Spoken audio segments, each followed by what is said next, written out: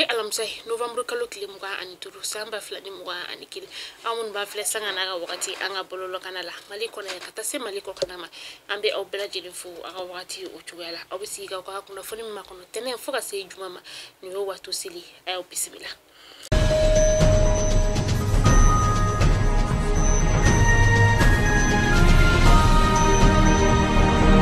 Kuna fondamnela amita kaika ulufeno uluka barakela ukontu kele luka klinan barabla nika ubloda minu uyada mine kunu araba donya ulasa ukatunga dance ga ala tuguni o araba kelina klela fana to duna wakati mina uga kenya tigila ma ufukata se uga administrateur ma ukon farla nyonka unuka gouverneur uyesi ka kumake siga kuma mire ni syndicaliste uyala nyini bela jelen fe ko beka singa taka ika bara nika o damne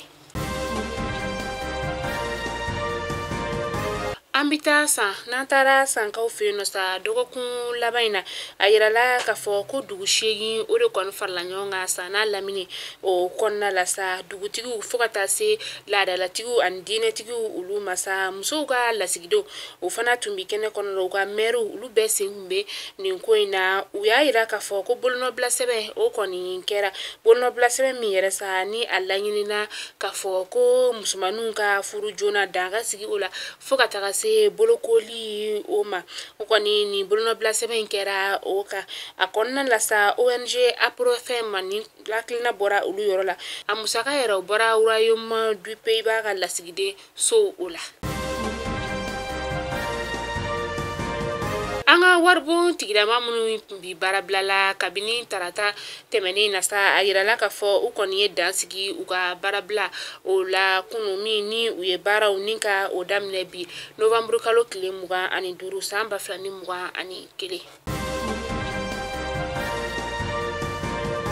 Bakar Togola aleka kiru mesena kabini tenen temenina Bakar Togola mi yere ni alima datugu aga kokelo uluka aya ira ka fo ko ciena ko alima kalanga mado fana ye janda alinye akabara o konnala aka wari nyana boba o koni janda nye anga ministry korombe no ni alebe wele ko dokotoro Bubu Sise fana koni ye ale bla ninga blono bla sebe ka o ke sebe na mi ba ira ka fo ko do farala angero ulu songoka akoni ya yira ka fo kama songa Bruno bla sebenke ola o kon mabe docteur Bubu Sise ma ko dia to Bubu Sise fana ye jandanye ni aya yere soro kaso ola Imam Mahmoud Diko ale keleno ka wele bla karido November kalo kile muga ani shegi samba flani muga ani kile ka yira ka fo ko abina do bake anga ba maliba oye do min konna la ni kurane kala obena ke ala ni klaka kunche ni kuna fundilaw anulu ka nyogonye Imam Mahmoud Diko abina kuma fen chama o ka anga jamana o konna la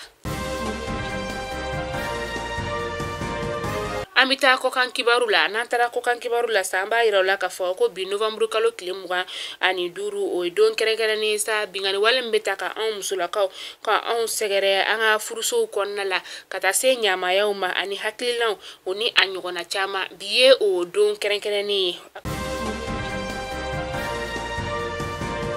Afriki jamana yere konna la sa musulakaw ulu de be wuli sanga naka wakati ninka uka geleya uka ulu da kene ka klaku ka hakeo ninka ulu nyini na emselata ko rival ka uka jamana o konna ka sa ayira la ka fo ko muso ba fla de beno sa fla temeni konna la sa ni bingani wale beta ka ulu segere uka furuso u konna la